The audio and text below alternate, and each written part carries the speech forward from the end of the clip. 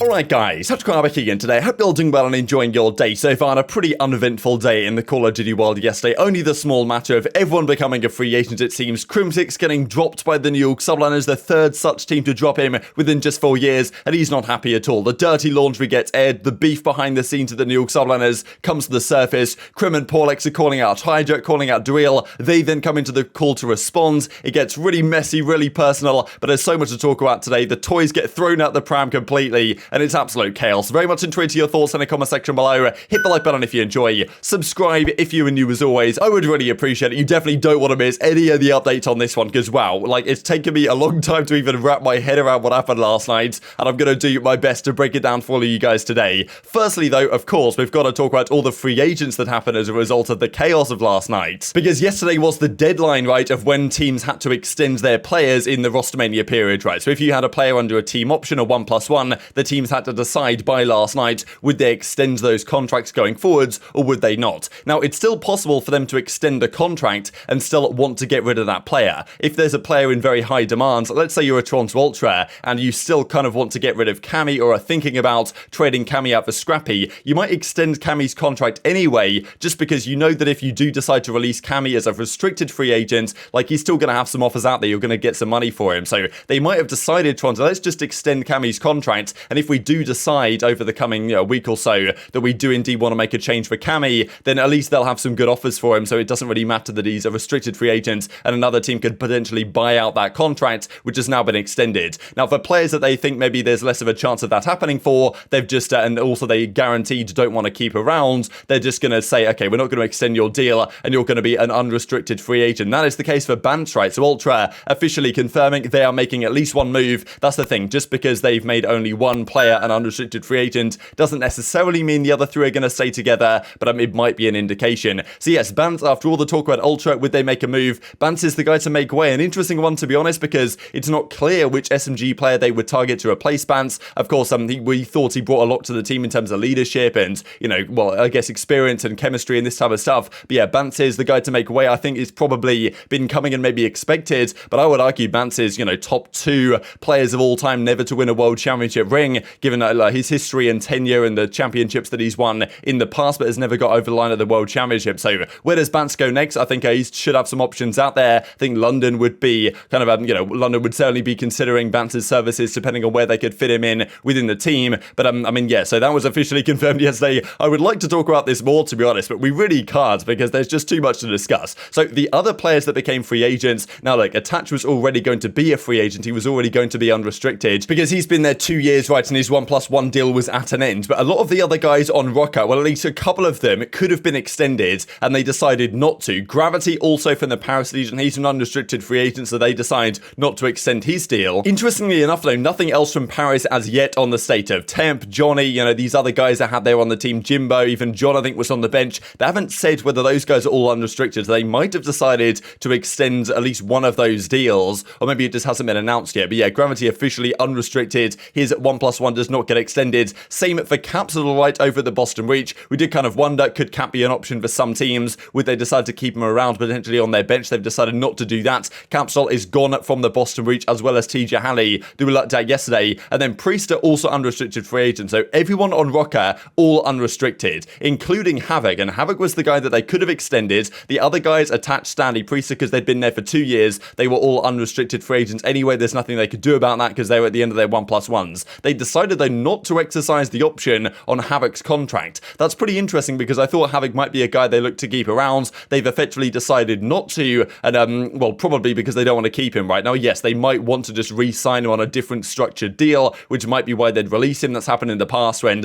orgs want to keep players, but they won't extend their option because they want to then re-sign him to a different deal. They could say to Havoc, okay, we want to lock you in for 3 years because now a 3-year contract is allowed. Let's release you and then re-sign you. But of course, if you do that, then he can walk to another team. So it's far from guaranteed that that's really their intention here, or whether they really just don't want to keep Havoc around anyway. So this is a full blow it up moment here for the Minnesota Rocket. They are going to completely change their roster going into next year unless these guys want to re-sign, which seems pretty unlikely. But this was really the big story when this came out, of course, from Crimsix, unrestricted free agent for 2023 and onward. This is pretty much what I predicted to happen in yesterday's video, right? I expected New York Subliners to decide to build around HyDra, and given the way that things have been going internally within that camp, I was highly doubtful doubtful that Crimsix would stay on the team anyway. Like, it just seemed like things internally there were not going particularly well, as it turns out was certainly the case. So he's an unrestricted free agent. New York Subliners decide not to extend his option. Crim can go anywhere, but has effectively been dropped again. He was dropped by OpTic back in Black Ops 4, was not dropped, of course, by Modern Warfare's Dallas Empire after winning champs. It was Clayster that got the boot, of course, going back to 4v4. After Dallas Empire and Cold War, though, he could have potentially joined OpTic Tectus. The team decided they don't want him anymore. He had to go to New York, and now this year he's getting dropped again. So it's not really a good look for Crim, and in fairness, everywhere Crimsix goes, like,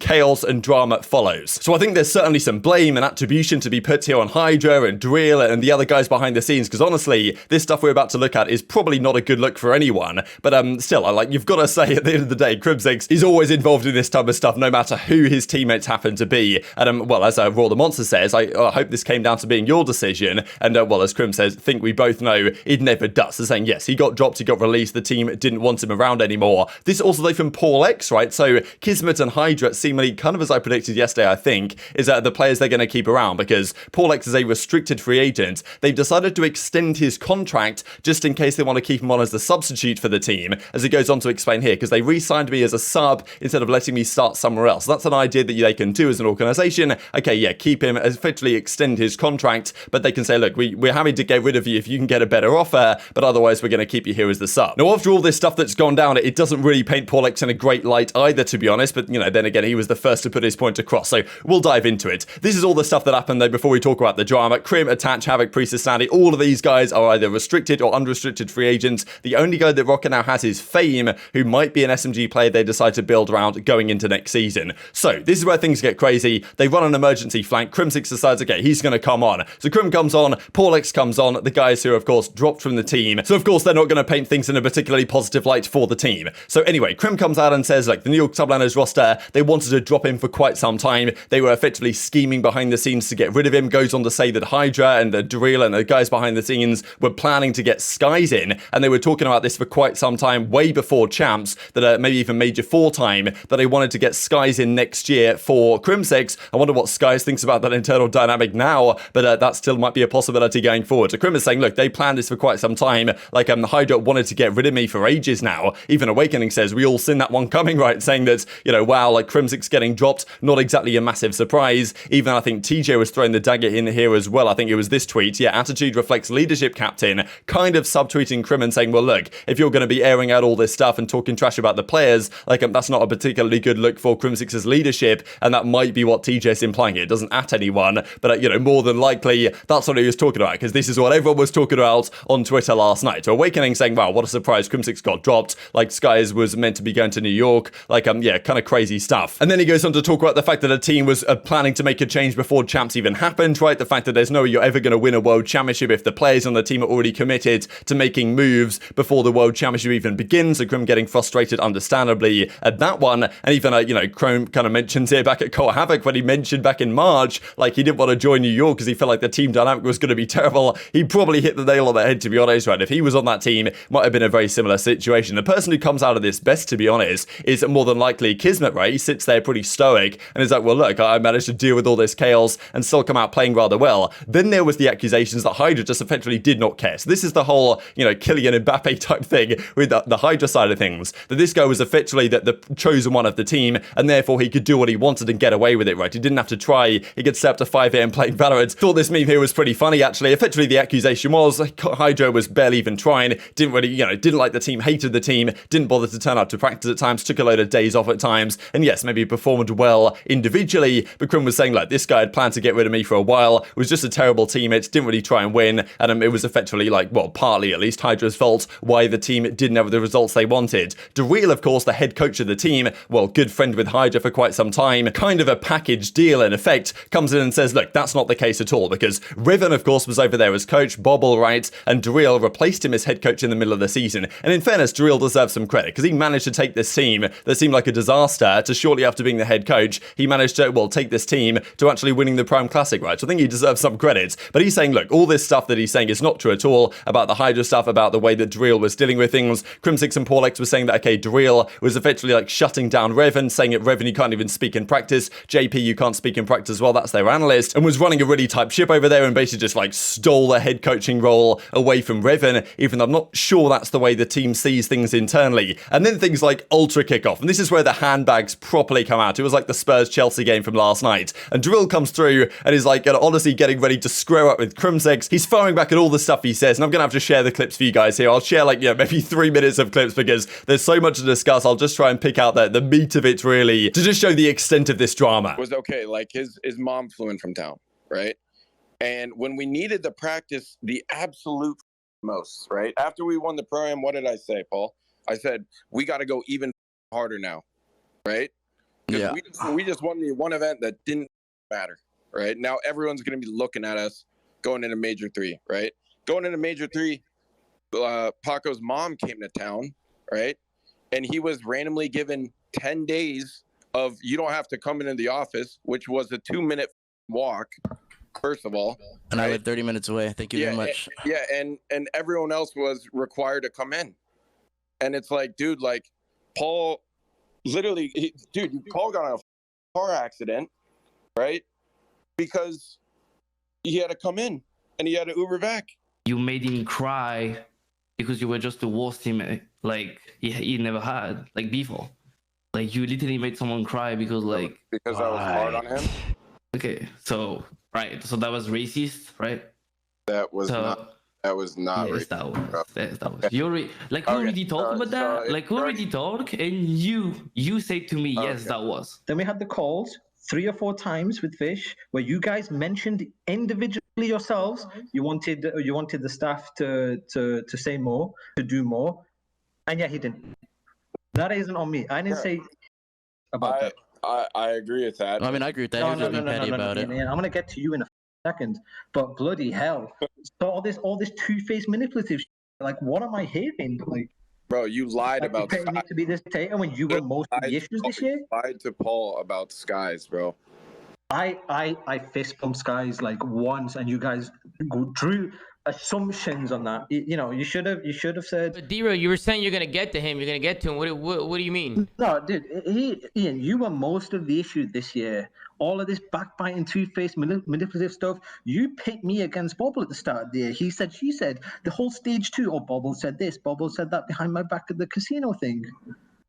And now you're acting like as though you're on the same. No, I'm saying that, dude. I literally have already said. You picked me against Clayster. You can't take someone's job and say you're only here because I'm a lap. Dude, the whole Major 3 thing, right? We did talk it out, and I apologize 50 times over.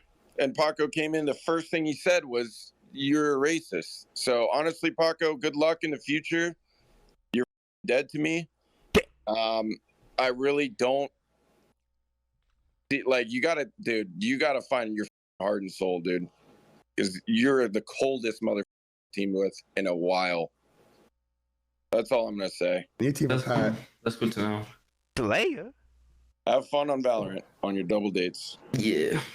Let's see next year then. And that isn't it, right? There's even more to this story that is in this kind of, recap here that Federal Window does. Like, that's the thing. Look, Crimsix doesn't have the greatest reputation for being, like, a straight guy all the time and saying it exactly how it is. Like, even the thing about the Neptune stuff, right? If you guys haven't been aware of this story, that apparently Crim went to Neptune's apartment and told him he was the worst SMG in the entire game. And then Neptune obviously was, like, understandably upset about that. And then Crim is now saying that actually, no, that wasn't intended to be disrespectful. That was just trying to light a fire under him, right? And then Neptune was like, well, maybe that was true. I don't even know. So, yeah, apparently he called him the worst sub in the world right now. Crim apologized and said it wasn't meant to be taken as an insult, and saying that back on the Complexity team, these guys wouldn't even survive nowadays. So, honestly, an absolute mess. Like, look, at the end of the day, this doesn't look good on anyone. HyDra is coming out and seeming like, yeah, maybe he was acting like a bit of a prima donna. Maybe the egos on the team just got out of control, and HyDra is just maybe not taking things as seriously. Drill, of course, is going to maybe play favoritism with HyDra. That probably makes sense given their history together. Even the story about the fact that HyDra accidentally unmuting his microphone or accidentally unmuting his microphone when I'm saying that the entire team and he hates the entire team or something right before champs, that's not good at all. The other thing that's obviously got to be mentioned here is the whole racism thing, which is just absolutely mental, but I mean, it's got to be talked about. So I believe HyDra is French Algerian, and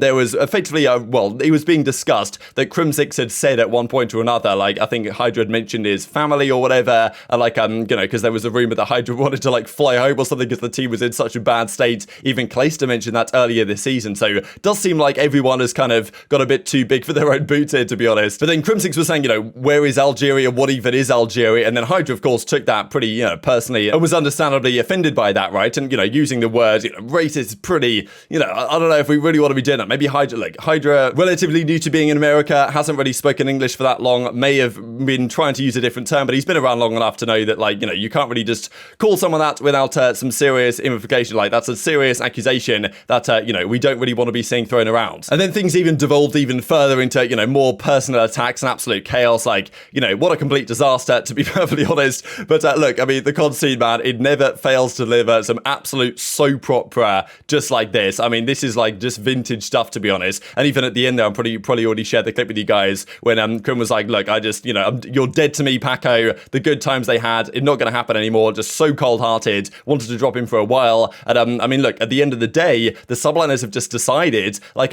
look, let's get rid of this chaos and let's just build around HyDra, right? And let's build a team that actually can work with HyDra, because at the end of the day, HyDra's been around a couple of seasons. Like, the drama was only really happening this year. The drama follows Crim wherever he goes. Like, whoever is in the right and wrong on this situation, I'm sure you guys will do your best to make your mind up of, but it's a difficult one to decipher, to be honest. Even Daryl comes out and says it is what it is, went on to defend myself that the claims that weren't true in the slightest, saying that Crimsix is straight up lying. It wasn't all doom and gloom. At least we tried to resolve a lot of issues. You don't say something, people will spin it for you. We all hold ourselves accountable. I certainly do. So look, at the end of the day, that's what they're going to do. Even Karina, the girlfriend of Skies, of course, like, you know, the Skies HyDra thing going on. She says justice for Daryl, by the way, so she reckons that he's probably in the right in this situation. Even says this double date tonight at Jens, of course, current girlfriend of HyDra. So what an absolute mess. The other side of this story, I mean, we'll talk about this in more detail later today, of course, some of the reaction to this, but the other side of this is, well, where's Crimsix going to go? At the end of the day, after all this is said and done, it's still HyDra deciding to build around, you know, still New York deciding to build around HyDra, and Crimsix and Paulix getting dropped. So where's Crim going to go? What team wants to get him? Because, I mean, look, they know full well if you bring Crim onto your team, this type of stuff is going to happen next season again. So maybe a lesser extent than this, but like, you know, what team wants Crim next? I'll just leave that as an open question there, because we've gone on enough today already, but very much intrigued to your thoughts and all this stuff in the comment section below. Hit the like button if you enjoyed. Subscribe if you were new as always. Don't forget to do that one for sure. And I'll see you next time.